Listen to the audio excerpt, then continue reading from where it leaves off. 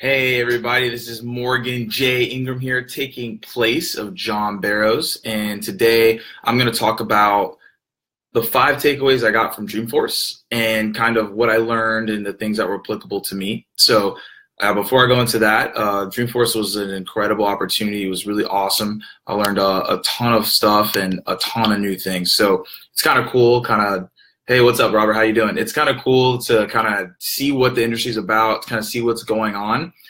I learned just a ton. I was completely exhausted because I was coming from East Coast, and then there was like daylight savings. Like it was just straight madness kind of going into it. But learned a lot, and I'm super excited to kind of tell you guys what I learned and kind of what John and I kind of experienced while we were out there. So first things first, the first takeaway that I got is, and I think this is actually the most crucial one, is you always have to be on point. So when I first got there, super excited, but as you guys know, I'm now in a new position with John, and what I'm learning and what I'm executing on and the stuff that I'm teaching people is different than what I was teaching people when I was at Terminus. So I'm so used to the Terminus pitch. When someone's like, what do you do? I almost was like, okay, so at Terminus, and then I in my head had to stop myself because I realized hold on, wait, now I'm with John, so I have to explain that value. I have to explain that short pitch and long pitch is kind of what I call it when you're at events.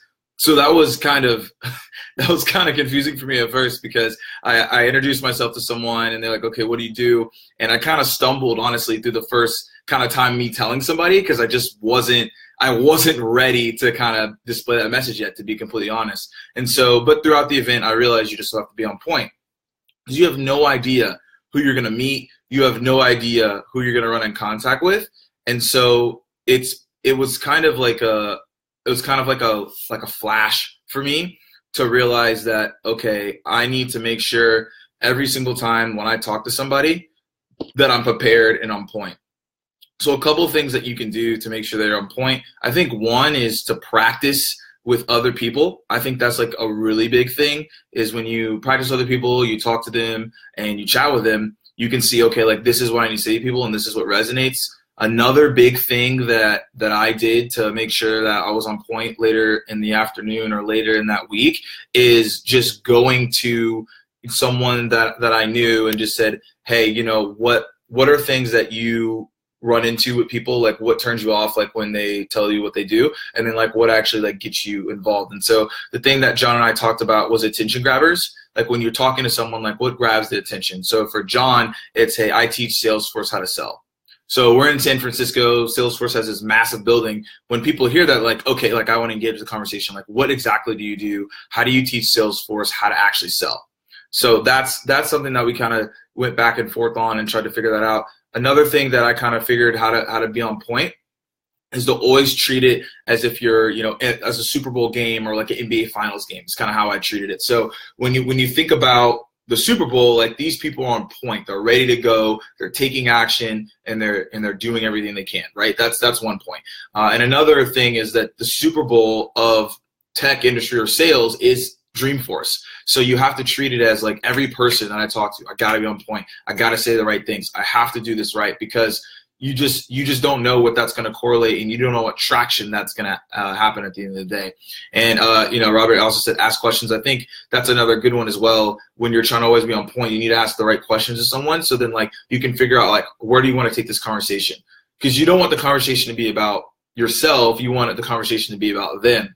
And so the more that you know about them, the more value that you can bring them, because I can go off on a tangent about anything that I like, but the person that I'm talking to is probably I don't really want to talk about that. See you later. And the thing about Dreamforce is you can really see how people interact with you. You can be talking to them and you can see immediately that yeah, I'm out of here. It's or they're yeah, I'm interested. And so I kind of got hit in the face with that a couple times when I was talking to someone, and I could tell immediately they're yeah, I don't want to talk to you anymore. But it happens though. That's why you have to be on point and you have to prepare yourself. And it's just a learning experience for me because I think there's about 140,000 people that were out there. So it's really the time of people is very valuable and precious. So if you're not giving them any value, they're going to be see you later. I'm done with you, right? So that's kind of what I learned. and kind of the gist I got. And I know Robert just mentioned talking to reps on Instagram, or to when I talked about the reps that were at the booths. That is actually something that I'll dive into a little bit more here with the further points that I have. But it is important to actually articulate your value while you're at a booth. I ran into too many people when I was running back and forth between booths, and I just wanted to see how people pitched me, and wanted to actually figure out okay, why am I here at the show? And it was off, because a lot of people just couldn't actually get to the value that they were doing, and they just were like, oh, you have a badge, let me scan your badge, which is okay, great, but what are you going to do with my information if you don't know what I'm about or what I'm trying to accomplish? So I really didn't understand that at the end of the day, but I think there's obviously more that people can dive into on that. So that's the first point, guys. Always be on point, always be ready to have the conversation, because that one conversation can lead you to the magnitude and the blow up or the tipping point for your business. So point number 2, and this point is, I think, out of all the points, I think it's actually something that I'm more excited to learn more about, because they talked a lot about Dreamforce. AI is going to be helpful. Now, when I talk about AI, artificial intelligence, a lot of people think that AI is going to take over the world and no salespeople are going to have jobs anymore, and that everyone's going to have to find new careers. I honestly don't believe that. I think that's false. I honestly believe that AI is going to be one of the things that's going to help people, especially if you're a good sales professional, if you're a great sales professional. I think it's only going to enhance you and put you in the right spot at the end of the day. I don't think it's going to wipe people out and take jobs. And there was a talk that I was at one time, and someone said that, hey, look, you're either going to be the person telling the robots what to do, or the robots are going to be telling you what to do, right, when you really look at it. So when I think about that, it's if you're average and you're kind of just walking the mill and you're okay, I've got to go to work today, you will most likely get replaced by AI. But if you're being proficient, if you're building a brand, you're putting yourself out there, you have content, you've been putting in the work every single month, every single year, then you're going to see, okay, now I can use AI in the right way. And so my example of that is, when you think of AI, artificial intelligence, I think it as an enhancer, right? Just something that can build you in the right way. So it's going to give you the right, if your data set's correct, because if your data is not good, then AI is just not going to be good at all. It's going to be a waste of your time. But if you look at it okay, this is going to produce great results for me, and you can see the analytics of okay, these are the people that I've talked to. Out of these people that I've talked to, these are people that I need to focus more on, and these are people I need to stay away from. When I talk to these certain people, this is what I need to say. When I talk to these certain people, this is what they need to say. So I honestly think that you have to think of something different at the end of the day when you're using AI, because I just see it as that booster at the end of the day. And so if you think of, if really anything, I think this is the perfect example of AI is Tony Stark. So if you guys don't know who Tony Stark is, Iron Man, he's in Marvel movies. I don't know if you guys have seen Avengers and things of that nature, but Iron Man literally fascinates me, because that's how I see the modern day sales professional. That's what I think it's going to turn into at the end of the day. It's going to turn into, you're going to have a lot of different analytics. You're going to have a lot of different tools. You're going to have a lot of different leverage. And from those things, you're going to be able to maximize those and take those to the next level of where you need to go. If you can do that correctly, personalization, you can do certain templated messages that are to personas, and you have the data, the AI, and it's able to give you that, then you're going to be Iron Man. You're going to be floating around, you're going to have very good precision, and you're going to be able to do the things that you need to do. So that's why I think that AI is going to be a complete game changer. It's why, if you guys follow me now, I'm going to be talking a lot more about it, because I'm going to do more research on it. I'm going to do a blog post on it. I think it's something that really fascinates me, because I believe it's going to be something super critical that's going to help enhance us. So I'm going to take these questions I see on the side so I can answer them as I'm kind of talking about this point. Dylan Gibson asks, was there any advice given from keynote speakers that helped you give a new perception approach on today's market in building your brand? So that's a really great question. When it comes to building brand, it's something that I've been really studying for the past it's been 6-7 years. I've been reading about it. I've been studying it, marketing, insights. Something that I believe that it's not really a new insight, but it kind of gave me just a new perspective.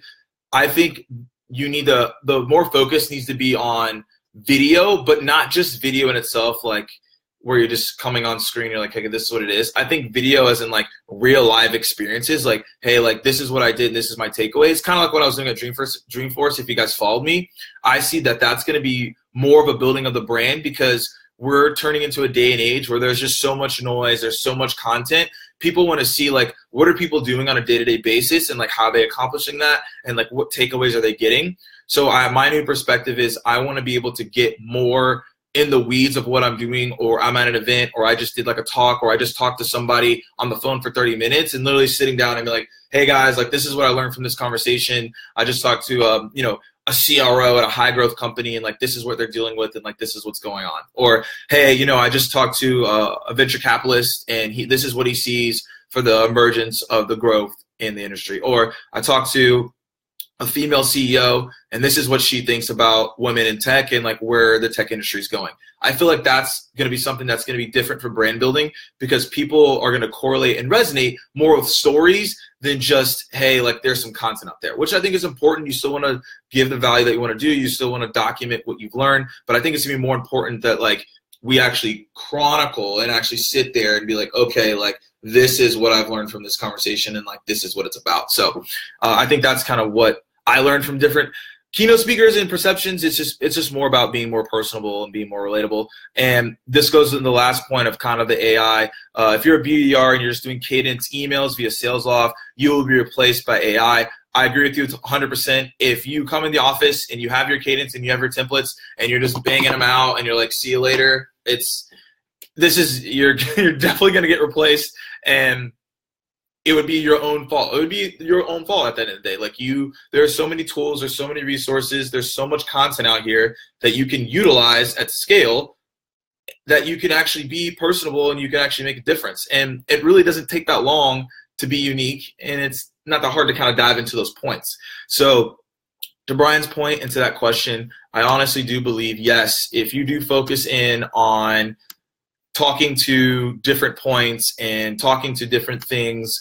about your prospect, and you use the AI and leverage that, you're going to be successful. But if you are just sending out templated emails, hey, look, a marketing automation or an AI tool can do that better than that person, because you're not adding humanity to the sales process. So, and that's why an SDR, BDR, ADR, whatever position you are, it would be into that role. So point number 2, I think AI is going to be really helpful. So look out for me for more posts on that and kind of where that goes. So point number 3 is network with everyone. I literally I talked to so many people that were just around me, and I would just grab them and I'd be like, hey, like what's going on? What do you do? What's happening? Or just say like, hey, like what brings you out to Dreamforce? Those questions just sprung conversation, and I would end up having a good conversation with that person, then introduce to somebody else, and then like a group of 6 people are talking. Wouldn't have happened if I just didn't decide, hey, I need to network with everyone. I made it a point to talk to as many people as possible, but I tried to also condense those conversations. So I would have 5 to 15-minute conversations, chop it up with them if they were interested in what I was doing or they just wanted to talk more. Had a few guys were out there, had a business card that were poker chips, and then John and I had those business cards, so we handed those out. We did as much as we could to kind of generate that networking piece. But I honestly believe that the more people that you talk to, the more opportunities that you'll have, because someone could really like where you're coming from, and that can lead to a referral, that can lead to that one conversation that takes your business to the next level. Kind of what I talked about in point number 1 when I said, hey, you always got to be on point. This comes into it when you need to network with everyone. So I was just on the booth floor talking to most of the vendors, networking, and I learned a lot about different products, and also learned a lot about like people's pitches, kind of what Robert brought up, but also learned a lot about people and kind of where they were trying to go and how I could help and how they could help me at the end of the day, a mutual benefit. And also ran into a ton of people that had seen my content before or seen me online, and it was good just to see them in person. So we networked and we chopped it up, and there was just a lot of people that were like, hey, like, let's meet up. And I took the time to actually go meet up with them, because I knew at the end of the day, like, that's something that you need to do. You have to be able to continuously build your brand out in space, because the more people that know you, the more they're going to be like, okay, like I can resonate with this information. So that's why, networking with every single person possible is crucial. And that's why, even though if you're tired or exhausted, going to the parties and the events at night are important, because people want to have real conversations with real people. People normally aren't going to talk about, all right, like, let's talk about what's going on in a business. They want to know who you are. And then if they know who you are, it will cultivate into maybe a business talk or like a business opportunity. But I do know, based on experiences that I've had throughout my career thus far, is that you have to be able to network with everyone, because that network pool is important. And as many of you guys know this quote, like, your network is your net worth at the end of the day. So if you know the right people, you're going to be in the right spots. When you're in the right spots, you get the right opportunities. So that's something to definitely consider moving forward, is whatever event that you go to, Dreamforce especially, is to just network with the people around you.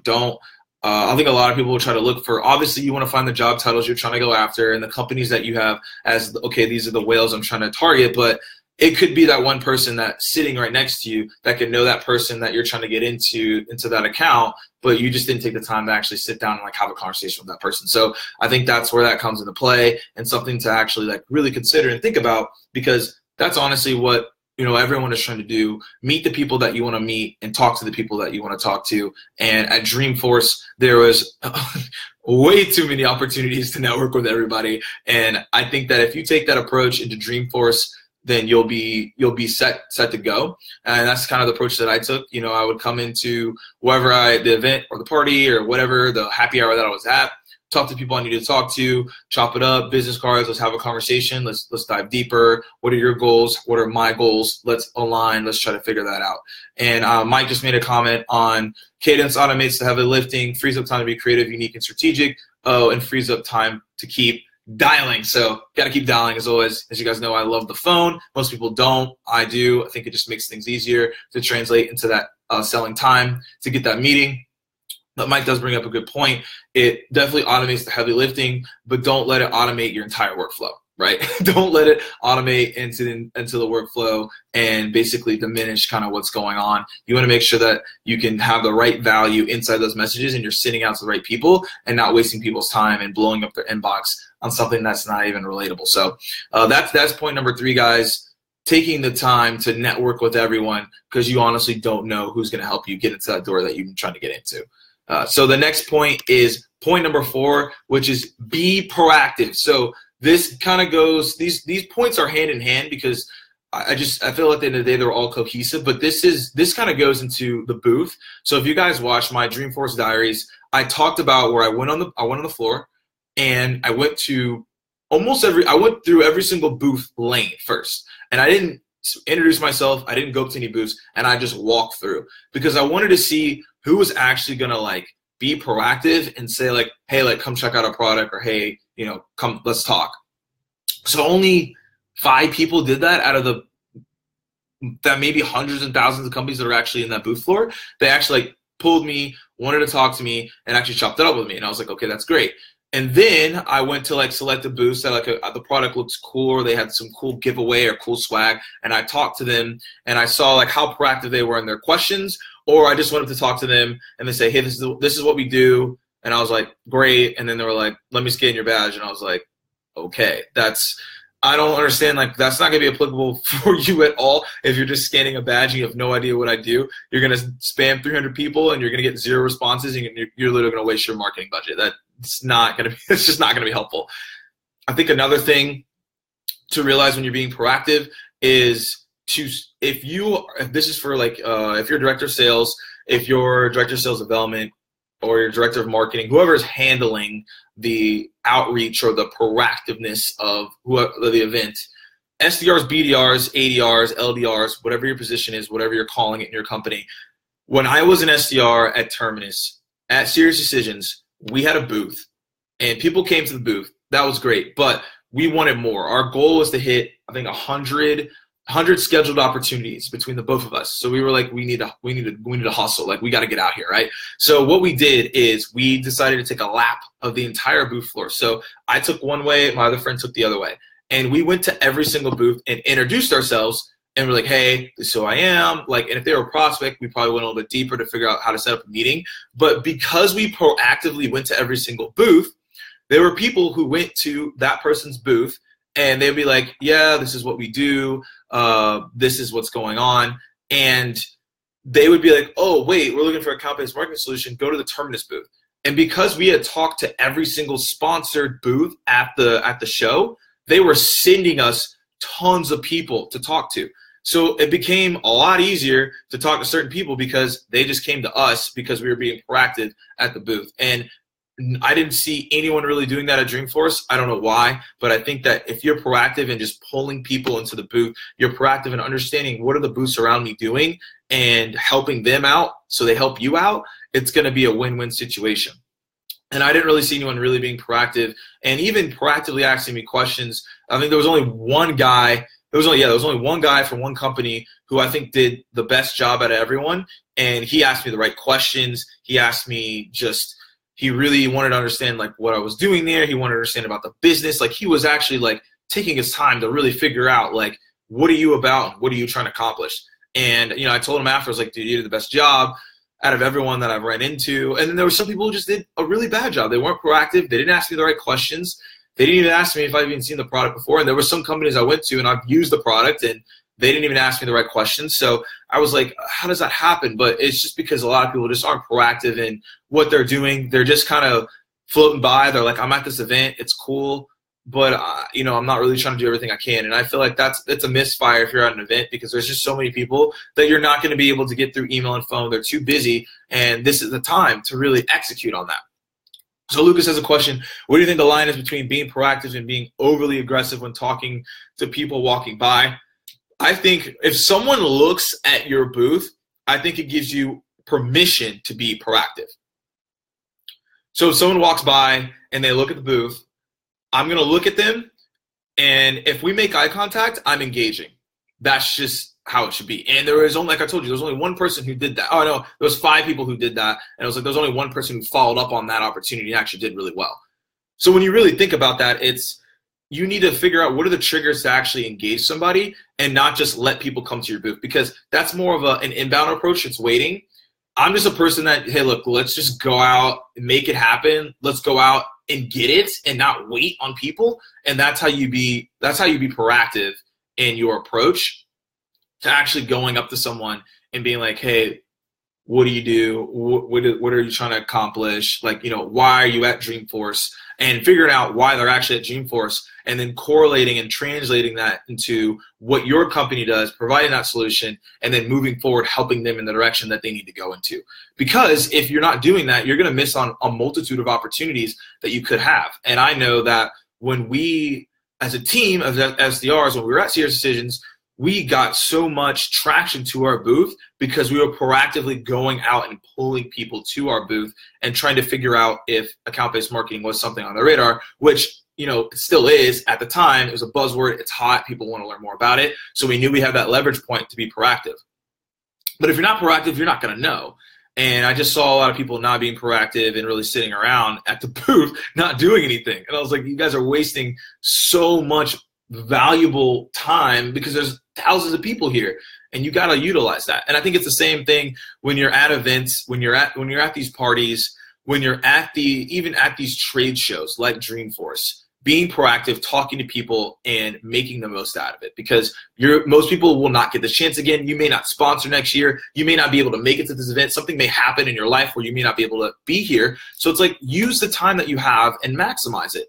And that's really what I mean by being proactive. And I feel like a lot of people just weren't utilizing at the level that they could have. And I feel like if you do that, you'll feel way better about yourself. You'll be like, okay, I've done the right things, and now I can move forward and be excited about what I'm doing in the future. So that's point number 4. Be proactive, everybody. Go after the goals that you have. Set a goal for the conference that you're going to and hit it full steam. And that's why we said 100 opportunities when we was an SDR, because we knew that, okay, we have to be proactive. We have to get after it. We have to talk to every single person at every event. Even if we're tired, we're going to push through. And that's kind of what Dreamforce was. It's wanted to talk to as many people as possible. I was proactive. I was super exhausted when I came back home, but I was like, I felt like I did good work and I did what I needed to do. So last point is point number 5. And This is be a strategic planner. So going into Dreamforce, you can have a great plan, but you can get knocked flat on your face if you don't really know what's going on and you're like kind of willy-nilly, like I'm out here, it's fun, but at the same time you're not accomplishing anything because you're completely lost. And you don't want to be the headless horseman running around lost. You just don't want to do that. So what I mean by being a strategic planner, every single morning would look at, okay, like what's on the calendar, what events have I already signed up for, and then I would see what sessions are going on at maybe there's a lounge somewhere, or maybe there's some event that's happening, and I would see kind of what's happening that day. So I was like, okay, like what's going on? And from that, I would map out my day before I even left my hotel, because what could happen is you could leave the hotel and be like, I'll figure it out, and then you'll run into, you might run into Einstein, you might want to take a selfie with you or something, and then you run into like a friend, and then all of a sudden you're at this bar hanging out for 2 hours, and then you missed a session, you missed an event, and you missed a talk. And then you're like, I wasted my time. That's not what you want to do. So you have to strategically plan your day from the moment that you leave the hotel to the night where you're having a party and you're leaving. If you have that planned out and you're strategic about it, you can maximize those times of where you're at. Now, when you're actually at that session, when you're at that conversation, when you're at that meeting, something may come up to where it may be different than what you planned, but at least have an outline, a foundational guideline of like, this is what I'm going to do and this is how I'm going to accomplish it.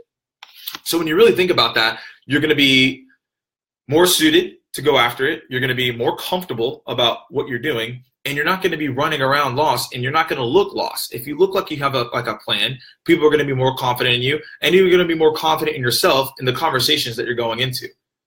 So that's something that I would definitely consider going into really any event, but that was my Dreamforce takeaway, is because we really took the time to learn different things in different aspects of the tech industry and the platforms, but I don't think I would have been able to execute on learning and gaining new insights if I didn't spend the time to just really just sit there and take the time to plan to go out there. And it only took like 30 minutes really to do it. It didn't really take that long.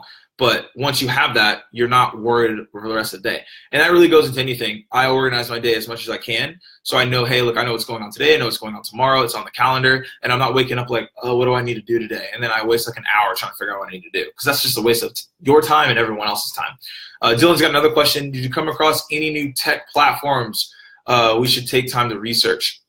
I came across a ton of platforms.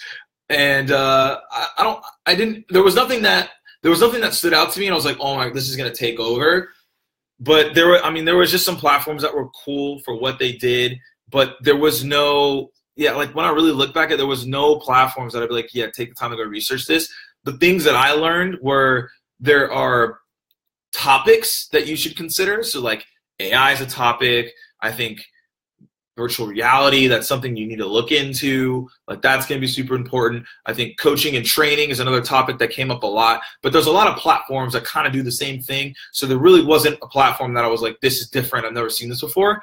And I just learned about the topics, and we'll see what platforms come out of that. But there was nothing where I'm going to tell you, hey, go look this up, because it didn't shock me. It didn't take me over. It wasn't like I need to learn more like now. There was a lot of platforms that I think that are actually good platforms, and they're impressive platforms, but I've seen them before. So I've done demos of them before. I've used them, at my previous company. So it's not like, hey, this is a game-changing platform. I would say the only platform that was like really cool to me that I used was Clearbit. I think I talked it up with them for a little bit, but I mean, it's just kind of like a Zoom info type of tool where it shows you, hey, look, this is the company, these are their emails, and this is their domain email. So if you're having trouble finding someone's email, it can help you out there. It gives you a good base on insights of what's going on within the company. But that was honestly really the only tool that I wanted to learn more about, because I've been using the free version. So I've been messing around with it, but they haven't got a paid version. So I just wanted to understand a little bit more about it. That was really the only platform that was like, okay, I want to know more. But everything else I had heard of, I've seen it before. And I think the question kind of goes towards what are you trying to accomplish at the end of the day? And what tech are you looking to implement in your stack? Even though most of us are in the B2B SaaS technology companies, I try to limit as much tech stack as possible. I told this to John, like we're not trying to have like 20 tools that we're using. Like let's just keep it to the maximum of what we're doing. I would say the tool that I will advocate for is Vidyard. I love that tool. They have some new stuff coming out, but I've been using it, so it wasn't like, oh my gosh, like I've never seen this tool before. But that tool is just applicable. Video outreach, marketing, video outreach, customer success stories through Vidyard. Really applicable because people want to see humanity now and they want to see those videos. So that's kind of the gist of kind of what I got from tech. But going back to number 5 and the last point, as I said, you got to make sure that you're a strategic planner going into these events. You don't want to get blindsided. You don't want to get knocked out. You want to make sure that you're doing the right things. So those are my 5 points, guys, from Dreamforce. Those are my takeaways. That's what I learned.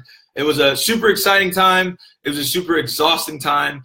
But it was also exhilarating time too. I had a ton of fun. I met a ton of new people, a ton of people that I had met through LinkedIn, through social. I finally got to meet them face to face, so that was a good time. But I got my sleep in yesterday. I don't think I even moved yesterday. I pretty much just watched football and checked my fantasy teams and was knocked out. But I'm back. I feel more energetic than I was when I got off that plane on Saturday morning. But thank you guys so much for tuning in. I want to see if there's any more questions that you guys have before I hop off on this Make It Happen Monday.